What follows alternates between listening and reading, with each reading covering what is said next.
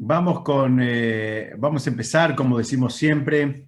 Le damos la bienvenida a emunahoy.com. Bienvenidos todos ustedes, los que están ahora conectados, los que van a escuchar este shiur en alguna de las otras plataformas. Estamos estudiando Pirkei Avot, estamos en el capítulo cuarto, en la Mishnah número 13. Este shiur fue preparado Lenunishmat Ayala Bat Chaya, Moshe Chaim Ben Naomi y Raúl Itzhak Ben Hillel. Vamos a ver juntos rápidamente el texto de esta Mishnah, que es una Mishnah como casi todas, como todas, pero que es muy rica y creo que de la cual podemos aprender muchas cosas. Dice así: Rabbi Yehuda dijo: sé cauteloso en el estudio, pues un error inadvertido debido al insuficiente estudio se considera una transgresión voluntaria. Y la Mishnah sigue y dice: Rabbi Shimon dijo: hay tres coronas, la corona de la Torá, la corona del sacerdocio y la corona del reinado, mas la corona de un buen nombre sobrepasa a todas. Este es el enunciado. Está claro que es una Mishnah, digamos, doble, en el sentido de que está aparentemente hablando de dos temas, e inclusive los rabanim que nos traen estas enseñanzas también son dos personas distintas, que es algo que se repite en otras oportunidades también, este esquema de una, digamos, enseñanza doble y en cabeza de dos personas. Vamos a ver un poquitito, como hacemos siempre. Vamos a tratar de aprender algo primero de los protagonistas, de los que están enunciando esta enseñanza, que nos da una suerte de marco y por lo menos conocer un poquitito de la personalidad y por qué es que nos trae esta enseñanza. Rabbi Yehuda es, digamos, hay dos teorías. La principal es que es Rabbi Yehuda Bar Ilai. Rabbi Yehuda Bar Ilai fue alumno de Rabbi Eliezer Ben Hurkenus. Rabbi Eliezer Ben Hurkenus es un gran sabio de la época del Talmud, que inclusive en el mismo Talmud se relata toda una serie de milagros que se le hacían para él, porque era una persona muy piadosa, una persona muy buena. Él había sido alumno de Rabbi Yehuda Bar Ilai y también del famoso Rabbi Tarfón. Digo famoso porque lo vamos a citar, si Dios quiere, en una semana en la Gadá de Pesach. Rabbi Yehuda Bar Ilai fue alumno de Rabbi Tarfón.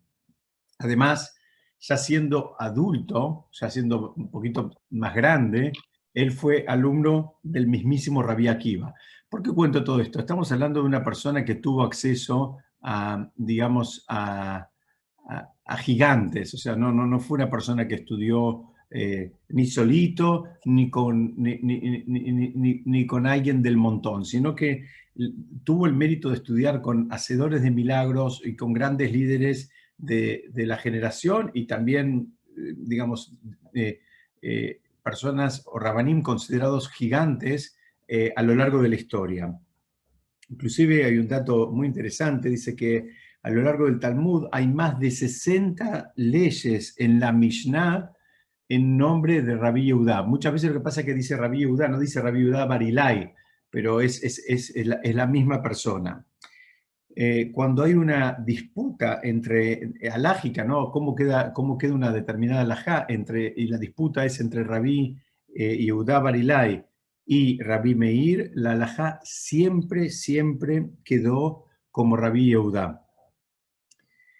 Y hay un dato también muy interesante que lo trae la Guemará en el Tratado Baba Kamá, en la página 103, que dice que cada vez que en el Talmud se relata una historia donde no se dice el nombre del protagonista, sino que se dice que había un cierto tzadik, una cierta persona piadosa que le pasó tal cosa o le pasó tal otra, en fin, que hay un relato donde el sujeto no está identificado, dice muy bien, se refiere a Rabbi Yehuda Bar Ilai, y hay quienes dicen lo mismo, pero a otro Rabí Yehudá que se llama Rabí Yehudá Bar Baba. Pero entonces, en cualquiera de los dos casos, hay una chance de que se esté refiriendo al Rabí Yehudá de nuestra Mishnah.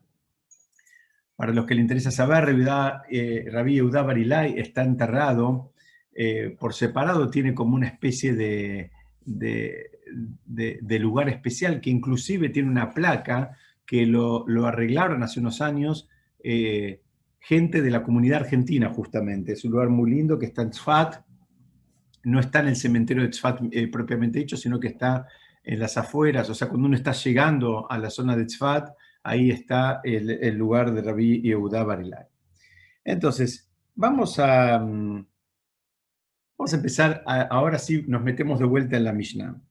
La Mishnah utiliza un lenguaje medio raro, porque utiliza el término de Eve Zair Betalmud, como que seas cuidadoso. En hebreo decimos perdón, en castellano decimos con el estudio, pero la palabra que usó es Talmud, que no está mal, porque también se le dice Talmud Torah al estudio de la Torah, pero explican los comentaristas que hay un doble mensaje en esta expresión.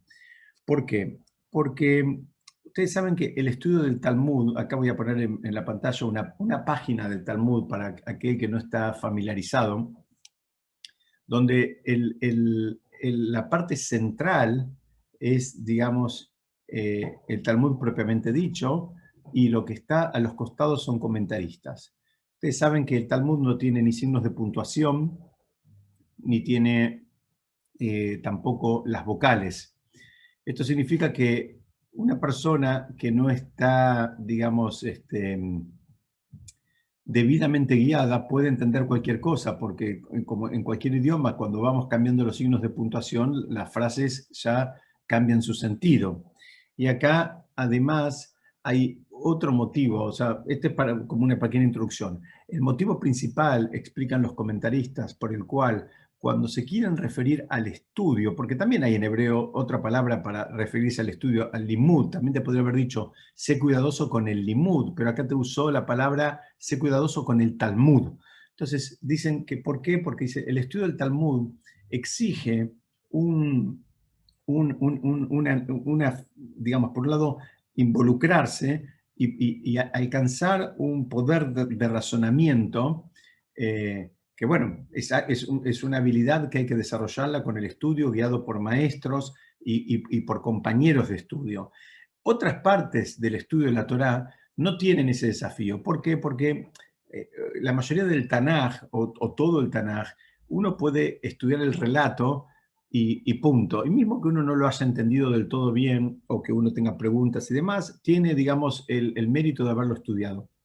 El Talmud requiere, digamos, ese ejercicio intelectual, ese conocer la dinámica como para poder sacarle el jugo a ese estudio. Si no, también es un estudio digamos, que no rinde sus frutos. Entonces, o que puede cometer muchos errores, es decir, la persona que lo hace solita y no es cuidadosa y no va incorporando el método y no consulta con el compañero y con el maestro, en fin, ahí uno puede terminar, digamos, cometiendo, digamos, o sacando conclusiones erróneas. En cambio, otras áreas de la Torá no tenemos ese problema. Acá hay una curiosidad en hebreo, yo les quiero mostrar, porque hay algunos comentaristas que lo estudian a esta misma Mishnah, la estudian de otra manera. ¿A qué me refiero? Acá dice Ebe Zair Betalmud, que quiere decir sé cuidadoso, primera traducción es con el Talmud. Pero ustedes saben que se escribe casi igual, tiene una diferencia en solamente una letra, en la anteúltima en hebreo, la letra Yud, que está antes de la Dalet, que eso significa que también se puede estudiar como diciendo, sé cuidadoso con los alumnos. Es decir, una forma de estudiar es lo que dijimos hasta ahora, que es ser cuidadoso con el estudio, y la otra es ser cuidadoso con los alumnos. ¿Por qué? Y toda la estructura de la Mishnah se puede entender también considerando esta interpretación. ¿Qué significa? Porque un error involuntario del alumno se considera como una transgresión voluntaria del maestro. Es decir, si el maestro no enseña como corresponde, no tiene la paciencia, no se adelanta a los posibles tropiezos, bueno, el tropiezo del alumno termina estando en cabeza del maestro. Ustedes fíjense que hay una conexión bien directa entre lo que estamos estudiando en esta Mishnah y lo que estudiamos la semana pasada, que hablaba de cuidar el honor del alumno. Pero acá es como que la viene a completar un poco, en el sentido de, está muy bien, hay que cuidar el honor del alumno y de todas las personas, como estudiamos la semana pasada, pero también cuidando el límite de lo que está dentro y lo que está fuera de la halajá, es decir, lo que está permitido y lo que está prohibido. El hecho de que uno esté cuidando el honor del alumno no habilita a que se permitan cosas que están prohibidas. Entonces, ahora una vez más, vemos cómo esta Mishnah se puede estudiar de dos formas y de ambas formas encaja perfectamente con lo que veníamos estudiando la semana pasada. Hay una tercera explicación que es muy linda, porque la palabra Zahir, que quiere decir, digamos, una acepción de la palabra es ser cuidadoso, ser alguien que está atento, que está presto. Hoy el lenguaje moderno también se llama Zeirut, alguien que lo hace, tiene que hacer algo y lo hace, digamos, lo hace rápido, se preocupa porque lo que tiene que hacer, por hacer lo que tiene que hacer y hacerlo en tiempo y forma. Pero también la palabra Zahir denota brillar, ¿no? Sacarle brillo, hacer brillar. Entonces, lo que está diciendo la Mishnah, para otros comentaristas, está invitando a que el maestro ilumine sus enseñanzas para que brillen en el alumno y éste no se equivoque. Es decir, como que el maestro prepare las enseñanzas de una manera, digamos, resplandeciente, como que tengan su luz propia y eso también les sirva de guía al alumno para no tropezar. Entonces, acá vemos que una vez más, como una misma frase, un mismo enunciado, nos puede querer enseñar distintas cosas y cómo, digamos, las distintas opciones se van conectando y nos van vinculando con las Mishnayot que ya pasaron y con las que van a venir. Hay, hay un tema acá, porque acá está hablando, ustedes saben que hay dos tipos de errores. Hay errores voluntarios y errores involuntarios. Y parecería que fuera una diferencia menor, pero no lo es menor en absoluto. ¿Por qué? Porque un error involuntario es alguien que nunca tuvo la intención de cometer ese error, nunca tuvo la intención, digamos, de alejarse de Hashem, de provocar a Hashem, de hacer el mal, sino que, bueno, pasó eso, lo que es un error involuntario. Un error voluntario es aquel, digamos, porque tal vez nos cuesta imaginarnos a alguien que a propósito comete un error, pero la idea no lo piensen así. Un error voluntario es aquel, si se quiere, que no le importó, ¿no? Que le daba lo mismo, que no tuvo el cuidado, como dice esta Mishnah, que no tuvo el cuidado ni siquiera en el estudio. Por eso, fíjense cómo es la estructura. Si no fuiste cuidadoso en el estudio, los errores que cometas por no haber estudiado, es decir, como no sabes cómo hay que hacer las cosas, las terminas haciendo mal, y esos errores no son errores, digamos, considerados involuntarios. Bueno, pasó porque pasó. No, tenés una responsabilidad. Esto es un concepto muy interesante porque así como lo encontramos también en el mundo secular, nadie puede, digamos, alegar ignorancia frente a la ley, porque parte de la responsabilidad es conocer la ley. Bueno, en algún punto lo mismo aplica para los conceptos espirituales. Nadie puede decir, bueno, yo no sabía. Si la persona en el momento que considera valioso todo lo que tenga que ver con el mundo espiritual, también le tiene que dedicar tiempo y esfuerzo para conocer las leyes, la dinámica, lo que está permitido y lo que está prohibido. Entonces, una vez más, si no dedicaste ese tiempo y ese esfuerzo, no es que sos tonto o sos inteligente. Lo más probable es que nunca las sepas, porque las leyes del judaísmo tienen una dinámica en sí misma que requiere estudiarlas. Simplemente hace falta estudiarlas. Uno puede ser una persona sumamente inteligente, pero si no las estudia, nunca las vas a ver.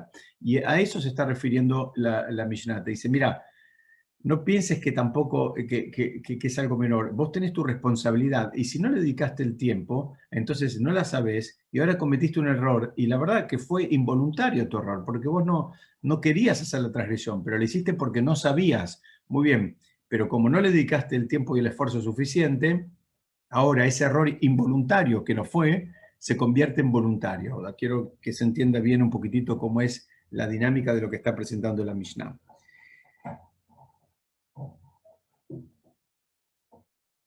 Hay una frase que dice, la acción más pequeña es mejor que la intención más grande.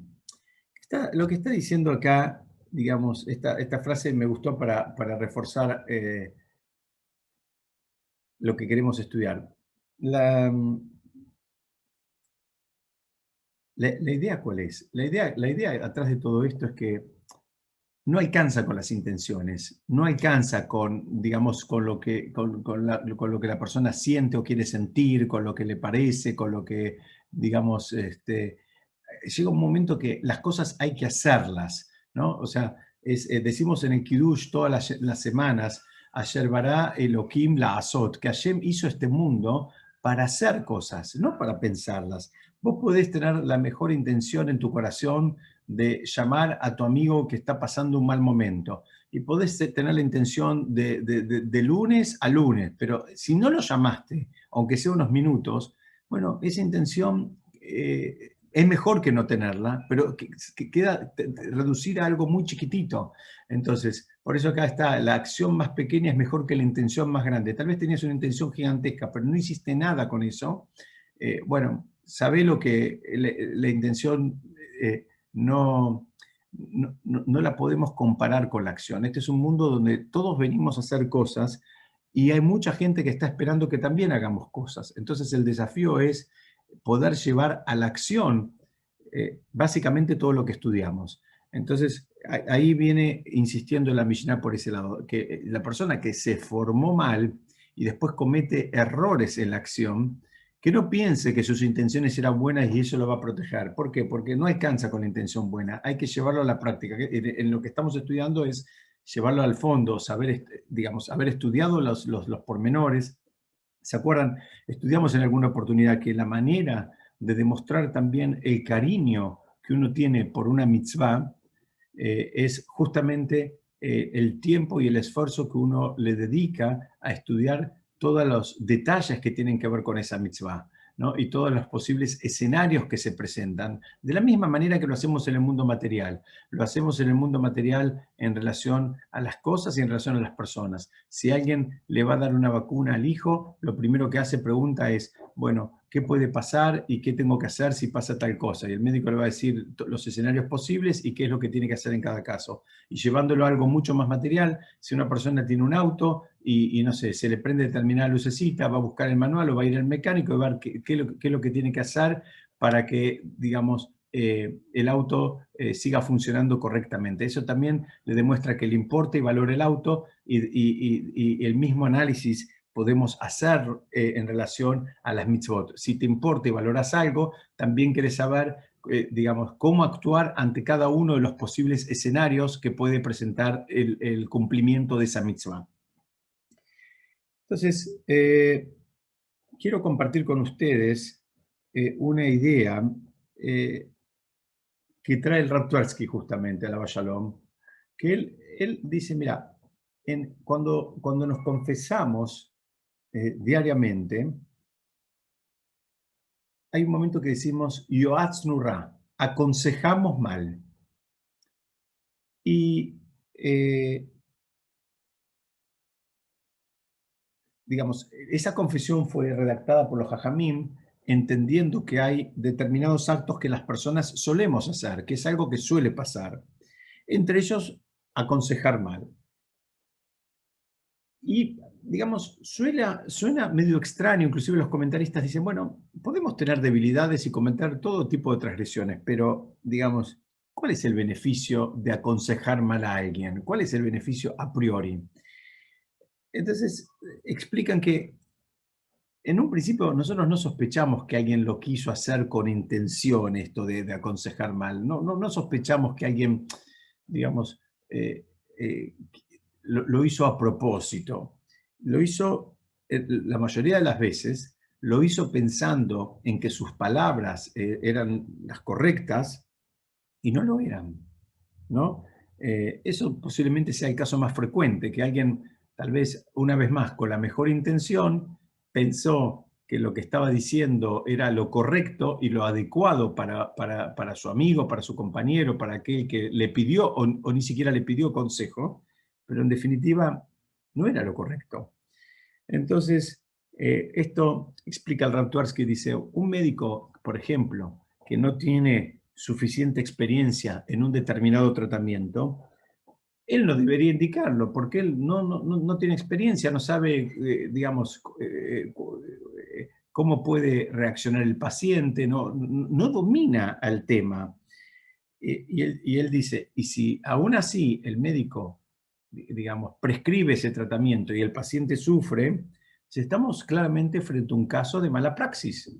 ¿Por qué? Porque le dio un tratamiento que no era el adecuado, porque esta persona, entre comillas, como se suele decir, tocaba de oído. Este médico debería ser un profesional y tocando de oído le dio un tratamiento que no ayudó al paciente. O sea, todo el mundo aspira a que el médico domine lo que prescribe, y lo mismo se aplica a cualquier otro campo, digamos, de donde hay alguien que está dando consejo o está orientando o guiando un procedimiento de cualquier índole. En el mundo de la Torá es todavía mucho más complejo, porque no alcanza solamente el conocimiento, sino hace falta lo que en hebreo se llama shimush.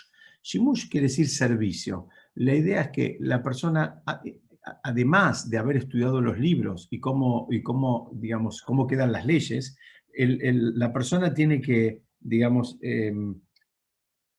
dedicarle un tiempo a estar al lado eh, de un rab más avanzado y ver cómo él reacciona, cómo él contesta, cómo él explica, cómo él, digamos, encara las distintas situaciones o preguntas que se van presentando. Entonces,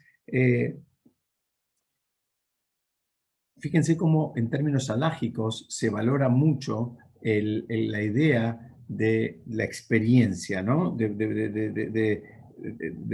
Para poder avanzar hace falta que haya alguien que tenga experiencia. Por un lado tiene los conocimientos, por otro lado tiene que tener la experiencia, tiene que estar, digamos, contestando. Habitualmente se hace en un Beit Din, en un tribunal rabínico, él va contestando preguntas y eso le va dando un ejercicio, una experiencia de cómo ubicar esas preguntas digamos, en el lugar correspondiente de la ley judía.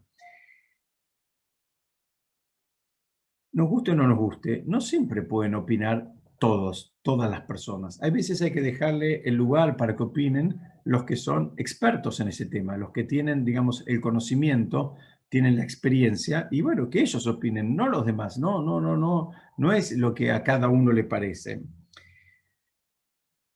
Entonces, acá de vuelta, esta Mishnah se puede entender como que se está refiriendo a que si la persona da un mal consejo y ese mal consejo lo da porque no tenía la experiencia necesaria, no tenía la formación completa, bueno, eso no es una defensa.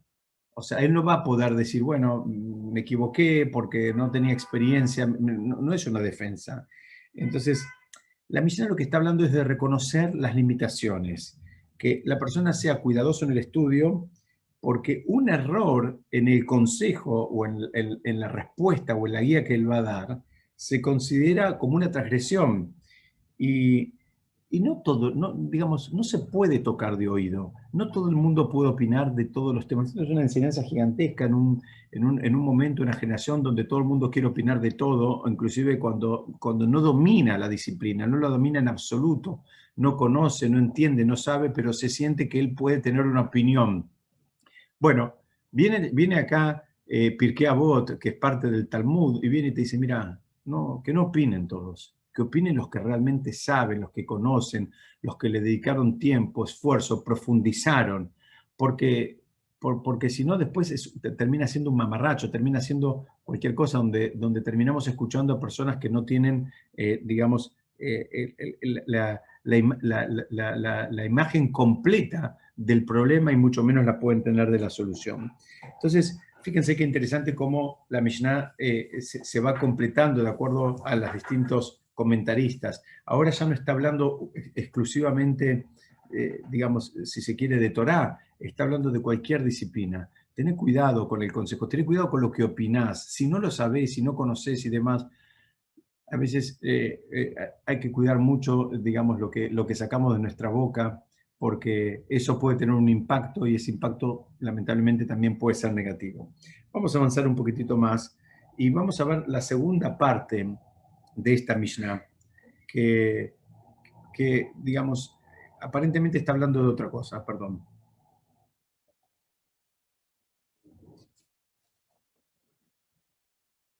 La segunda parte, vamos a ver un minutito.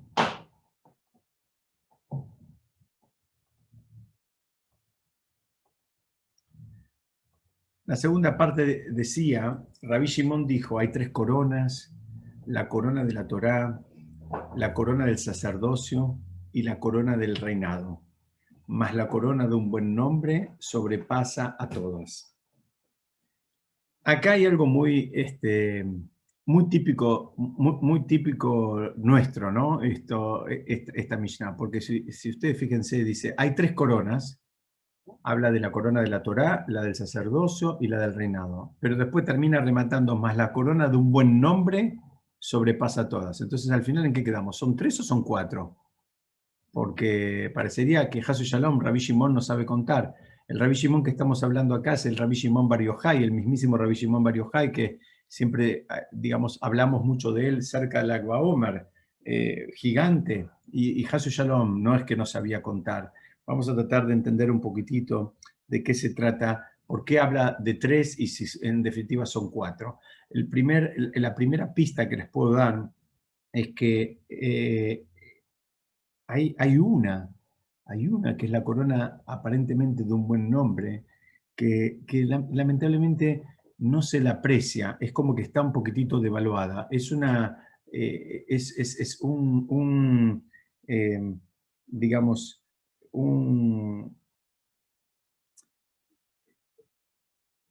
es como un premio que muchas personas no lo consideran como un premio, lo consideran como, digamos, ya no les importa, no lo valoran si lo tienen o no lo tienen. Y acá, digamos, yo quiero compartir con ustedes un análisis que hace el Maharal de Praga, donde necesitamos hacer un poquitito de, digamos, de introducción como para poder entenderlo.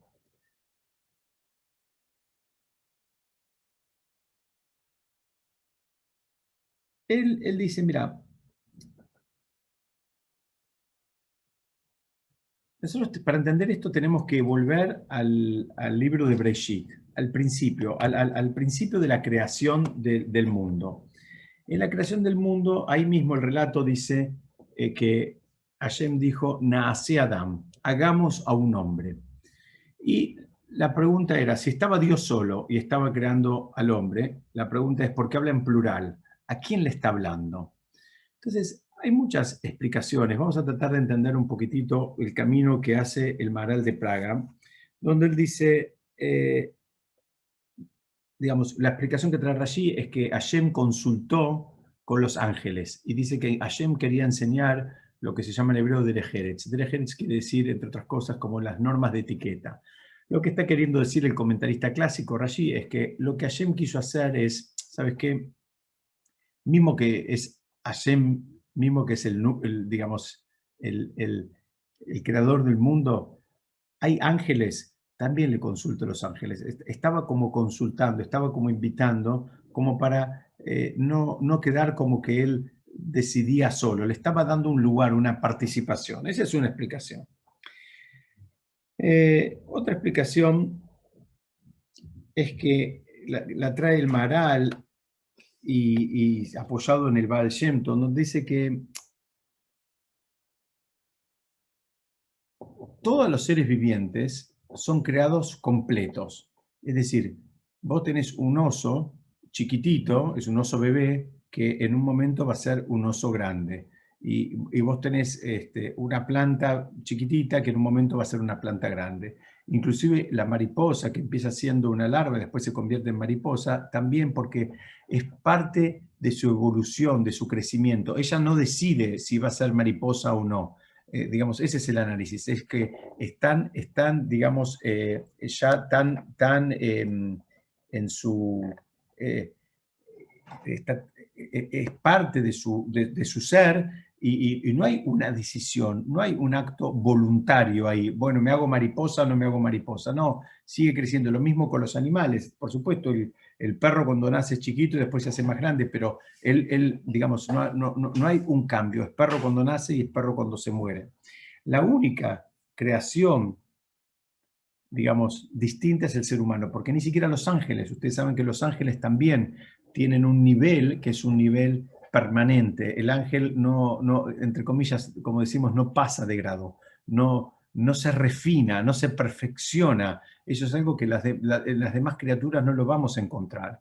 Es exclusivamente en el ser humano que vamos a encontrar ese desafío y esa posibilidad de refinarse, de reciclarse, de mejorarse, de terminar convirtiéndose en una persona más elevada, tal vez muy distante de las cualidades que tenía unos años antes. Entonces eso, en definitiva, estudiamos en alguna otra oportunidad, esa persona es como que cambió absolutamente, ya no es la misma, es otra persona.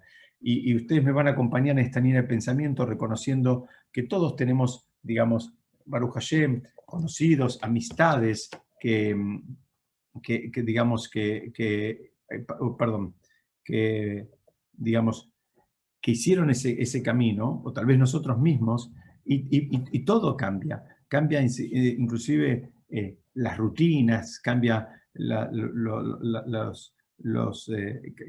las amistades, cambia el lenguaje, o sea, la persona no es la misma. A veces va creciendo, se va despojando de determinadas cosas, va incorporando otras, vamos a seguir este ejemplo, más elevadas, y bueno, ya no es la misma. Tiene el mismo nombre, tal vez vive en la misma casa, pero ya no es la misma persona, cambió, se refinó. En términos de la Torah, eso se llama que la persona se está construyendo, se está haciendo. Y esa es una de las explicaciones que quiero compartir con ustedes, que trae el Maharal de Praga, de por qué Hashem habló en plural, cuando dice hagamos a un hombre en el momento mismo de la creación. Habló en plural porque el hombre no viene hecho. El hombre se va haciendo y el desafío del hombre es cómo se hace. Si se va a hacer de una manera, digamos, rudimentaria, precaria, o si se va a hacer de una manera elevada y refinada. Y ese es el verdadero desafío. Y eso es lo que distingue, dice el Maharal de Praga, al ser humano de todas las demás criaturas. El perro va a seguir siendo perro, el oso va a seguir siendo oso, la planta va a seguir siendo planta. El hombre puede cambiar diametralmente, inclusive, digamos, doblegando a sus instintos más bajos, a sus, digamos, miserias más profundas. Él se puede educar, refinar, mejorar y ya ser un ser absolutamente distante de aquel desagradable que, digamos, habíamos visto en algún momento. Entonces, ¿qué es lo que está pasando acá? Acá lo que está diciendo es, mira, hablamos de las coronas. Está la corona de la Torá, que por un lado es una corona que se adquiere, es una corona valiosa, hay que adquirir Torah. La persona le dedicó tiempo y esfuerzo, adquirió la corona de la Torah, es valiosa. Dice, después está la del sacerdocio, en hebreo se dice que una de ser Cohen.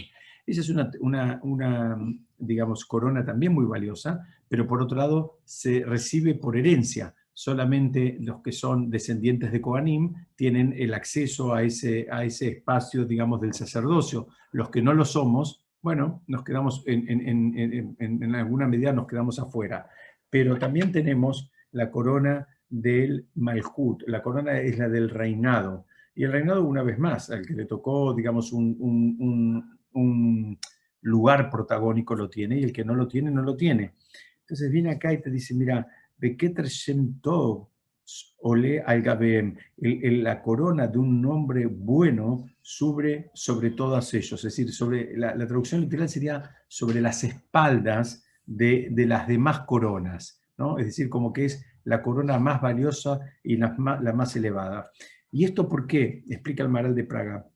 Porque algunas de las otras coronas, si bien son valiosísimas, algunas, digamos, son, como dije, adquiridas por heredad, otras tal vez con mucho esfuerzo y es muy valioso y es muy, digamos, loable, pero la corona que te demuestra realmente el nivel espiritual que adquiriste, el esfuerzo por refinarte que hiciste, es la corona del buen nombre. ¿Por qué? Porque fíjense que esta ya no está en relación a la Torah exclusivamente, sino que tiene que ver con las demás personas. ¿Quién tiene un buen nombre? El que interactúa con las demás personas de una manera elevada. Esa es la persona que tiene un buen nombre. El que no interactúa de una manera elevada no lo va a tener. Entonces, fíjense qué interesante, porque dice, la corona más alta de todas, las que está por sobre todas, no denota ni cumplimiento de Torah ni cumplimiento de mitzvot. Nosotros lo sabemos porque viene, digamos, en una secuencia, pero lo que te está diciendo acá es, mira, si vos tuviste la posibilidad de estudiar mucha Torah, y si vos tuviste la posibilidad de tener, digamos, un rol protagónico en el mundo, digamos, judío, vamos a dar el ejemplo de ser un sacerdote, ser un Cohen en la época del Beit HaMikdash era, digamos, una persona que tenía un rol, como les decía, muy protagónico. Pero mismo en esta generación se refiere a una persona que está en el mundo de Torah, que se dedica a eso, que no está interactuando en el mundo de los negocios, se dedica full time a esa actividad. Aún así, dice, no pienses que alcanzaste, no pienses que llegaste, te falta una parte y es una parte gigante y es tan gigante que la Mishnah la pone como que vale más que todo el resto, que es la interacción con las personas. Si vos hiciste todo el resto y te falló, estudiaste la biblioteca entera y digamos, oficiabas en nuestra generación sería, te dedicabas a full, digamos, al mundo de la Torá, pero en tu interacción con las personas, digamos, no pasaste la prueba, bueno, ahí estamos frente a un problema. Eso es lo que está diciendo la Mishnah. La Mishnah está diciendo, mira, sabemos un principio muy importante que es que muchos preguntan, ¿por qué tenemos 10 mandamientos? ¿Por qué no tenemos solamente, porque tenemos 5 que regulan nuestro vínculo con Hashem y 5 mandamientos que regulan nuestro vínculo con el prójimo? Y alguien podría decir, bueno, ¿sabes qué? Si me estás dando una Torah, me estás dando digamos, un manual, algo que tiene que ver con un instrumento espiritual, bueno, dame cosas que tengan que ver exclusivamente con Hashem. ¿Por qué me das el no robar, el no matar, el no cometer adulterio, el no codiciar? Todas cosas que tienen que ver con el prójimo. Y explican nuestros sabios que el motivo por el cual tenemos todas esas mitzvot es porque porque la persona muchas veces, se me cayó la notebook, porque la persona muchas veces no sabe dónde está, no sabe dónde está parada espiritualmente, no sabe exactamente, digamos, si está haciendo las cosas bien o si está haciendo las cosas mal. En la época que había el Beit HaMikdash, la persona iba al Beit HaMikdash, al gran templo de Jerusalén, si tenía duda o hablaba con un profeta o hablaba que tenía, digamos, que tenía profecía y le decía, está todo bien, quédate tranquilo, o traía una ofrenda y de acuerdo a cómo la ofrenda había sido recibida, la persona sabía si, digamos, si su perdón había sido aceptado y eso le daba, digamos, un norte de lo que estaba haciendo bien y lo que estaba haciendo mal. Ahora bien, ahora que no tenemos eso, no tenemos el Beit HaMikdash, no tenemos profetas, no tenemos sumo sacerdote, no tenemos nada, ¿cómo la persona sabe si está caminando por el camino correcto o no? Y explican nuestros sabios que justamente para eso tenemos las mitzvot, con el que tienen que ver con el compañero. Las mitzvot que tienen que ver, ¿sabes por qué? Porque el compañero te marca, el compañero es como que te da un boletín, el compañero te puede decir, mira, está siendo muy egoísta, mira, está siendo muy amarrete, mira, está siendo muy poco solidario. La persona en general, si tiene, digamos, amigos, y si son buenos amigos, con más razón, ellos digamos, te van marcando un norte, te van marcando el camino por el que vos estás caminando. Y eso es lo que, digamos, refuerza lo que viene a decir esta Mishnah. La Mishnah dice, mira, la persona se tiene que construir en dos direcciones al mismo tiempo. Se tiene que construir fuertemente en su vínculo con Hashem, en todo lo que tenga que ver con el cumplimiento de la Torá, con el estudio y saber cómo hacer las cosas y cómo hacerlas bien en tiempo y forma. Ahora viene en una semana la festividad de Pesaj, que es una de las fiestas que tiene, digamos, más leyes y más detalles que simplemente el que no los estudió, el que no lo sabe, lo más probable es que se equivoque, pero no porque sea tonto ni porque sea malo, es porque no los estudió y no lo sabe. Es tan simple como eso. El que los estudió lo sabe, posiblemente va a estar un poquito mejor preparado y más protegido para no tropezar. Pero en el mundo, digamos, en el mundo, digamos, espiritual, el norte termina siendo dado por las personas. Entonces, por eso es tan importante, y fíjense que la Mishnah termina diciendo, mira, el nombre, un buen nombre significa que las personas ven en él alguien, digamos, como dice el Shulchan Aruch, el Código de Leyes, dice en algún momento que, o insinúan los comentaristas del Shulchan Aruch, que la persona tiene que, una persona de Torah tiene que ser alguien que los demás lo vean y digan, a mí me gustaría que mi hijo sea como él, ¿no? Alguien que los demás se identifiquen, se sientan identificados, que los demás se quieran parecer a él. No alguien que diga, mira, si eso es ser religioso o si eso es ser yehudí, yo no quiero saber nada con eso. Entonces la persona tiene que trabajar teniendo esa sensibilidad, teniendo ese cuidado, para lo cual primero tiene que haber estudiado, se tiene que haber preparado, tiene que haberse entrenado, ejercitado, adquirido experiencia al lado de alguien, digamos, mucho más avanzado que lo pueda guiar, que lo pueda orientar, porque si no, fácilmente, por eso la Mishnah utiliza la palabra del Talmud, donde el Talmud es un estudio que requiere una iniciación de un maestro que le vaya marcando cómo se estudia, cómo se analiza, cómo se pregunta y cómo se contesta, porque ni siquiera sabemos cómo preguntar, sino. Y por último, entendemos que todo eso, digamos, requiere en conjunto un desarrollo, digamos, de crecimiento espiritual que tenga que ver con el otro, que lo considera al otro y que lo incluya al otro. Y ahí está, digamos, el cierre de esta Mishnah, así explica el Maharal de Praga, donde te dice, mira, si esto no, si no lo haces funcionar de una manera donde se dice habitualmente, se dice que el Adam, la Torá, cuando habla de la creación del hombre, lo llama Adam. Y dice, ¿por qué lo llama Adam? Hay muchos motivos por qué lo llama Adam. Uno es porque venía de la Adamá, venía de la tierra, entonces, bueno, viene de la tierra, entonces lo llamó Adam. Otro dice, no, porque mismo que viene de la tierra, tiene que ser Adamé el Elión, el trabajo de él va a tener que, digamos, refinarse para en sus actitudes parecerse a Hashem, parecerse al mismísimo Dios. ¿Qué significa? Así como Dios es generoso y es bondadoso y es compasivo, la persona tiene que desarrollar esas cualidades que a veces, digamos, diariamente dentro de la liturgia, de las tefilot, de los rezos diarios, hablamos de las cualidades de Hashem, no es para decir exclusivamente qué grande que es Hashem, qué bárbaro que es, digamos, como dije, paciente, compasivo, generoso, sino justamente para reconocer esas cualidades como valiosas y tratar de hacerlas propias, querer parecerme a él. Por eso Adamá tiene la misma raíz de la palabra Adamé, me voy a asemejar, me voy a hacer similar a él. Y fíjense qué interesante, este Shabbat comparte una idea más que tiene que ver con la Perashá de esta semana. Vamos a leer la Perashá Vaikra. Estamos estrenando un nuevo libro de la Torá, el libro de Vaikra. Y ahí nomás, al principio de la Perashá, la Torá dice, Adam ki akriv mikem korban.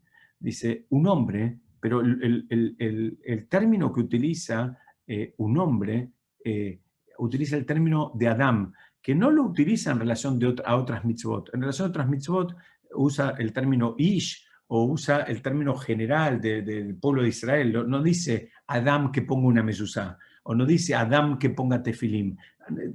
Acá utiliza un lenguaje, digamos, absolutamente distinto. Utiliza el nombre del ser humano, pero utilizado exclusivamente en el momento de la creación. Después, en la Torá no se vuelve a referir al ser humano con el término de Adam, y menos en relación a las mitzvot. Entonces pregunta a los comentaristas, ¿por qué dice así? ¿Por qué habla en estos términos? ¿Por qué dice Adam ki akriv mikem korban? Quiere decir eso, un hombre que va a traer de él una ofrenda, ¿no? Está hablando de las ofrendas que se traían en su momento, tanto en el Bet HaMikdash, en el Gran Templo de Jerusalén, como, digamos, antes también hubieron ofrendas en el Mishkan, en el antecesor al Bet HaMikdash, que era esa estructura desarmable y transportable que tuvieron en el desierto. Pero, insisto, la pregunta es, ¿por qué dice un Adam cuando va a traer una ofrenda? ¿Por qué no dice un hombre, un ish, que es la palabra que se conoce como hombre, que va a traer una ofrenda? Y la explicación, para reforzar un poquitito lo que estamos estudiando hoy, es que así como Adam Arishon, así como el primer hombre estaba solo, dice, mira, cuando vos querés acercarte a Hashem, ¿una ofrenda para qué es? Para acercarte a Hashem. Ustedes saben que en hebreo ofrenda se dice korban, y viene del lashon, viene del lenguaje de lekarev. Lekarev quiere decir acercar.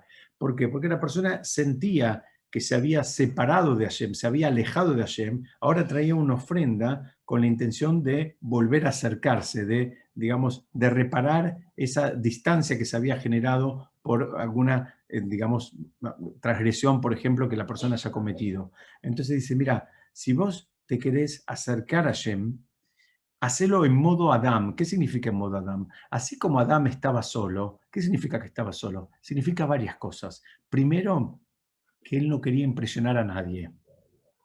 Si vos te querés acercar a Hashem, hacelo por vos, hacelo de una manera más pura, más genuina, más honesta, sin tratar de parecer nada, sin ser algo pretencioso, sin querer impresionar a nadie. Hacelo en modo Adam, estás vos solo en el mundo, y ahora vos lo querés hacer y lo hacés con cariño, con amor, con alegría, pero no tenés ninguna otra motivación porque estás en modo Adam, estás en modo como el primer hombre que estaba solo en la tierra.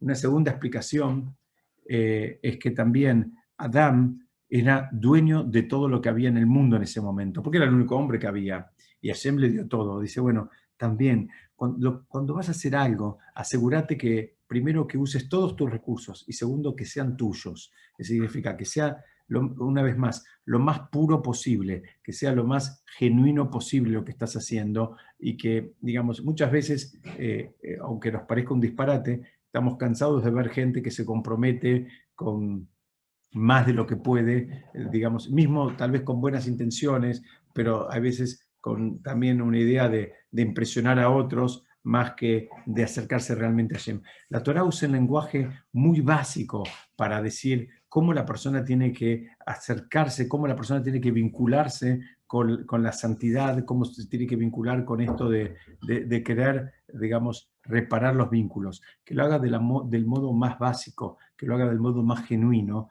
que en definitiva es el modo más honesto que puede haber, haciéndolo en modo Adam. ¿Sabes qué? Estás solo, no mires a la derecha, no mires a la izquierda, no mires adelante, no mires atrás. Nadie te está viendo, ni nadie te va a mirar. Hacelo exclusivamente porque querés, porque lo sentís, porque te parece que está bien y que es lo correcto. Lo demás, si pudieras hacer como que no te importa, eso demostraría que estás en uno de los niveles más elevados al que puede uno alcanzar, que es el nivel de hacer las cosas simplemente por convicción, por cariño y con absoluta honestidad, sin ningún tipo de motivación que tenga que ver con las demás personas. Y esto una vez más cierra el concepto del Shem Tov, de tener un buen nombre. La persona se construye y construye un buen nombre espiritualmente hablando, haciendo las cosas con honestidad. Bueno, hasta acá quería compartir con ustedes hoy. No sé si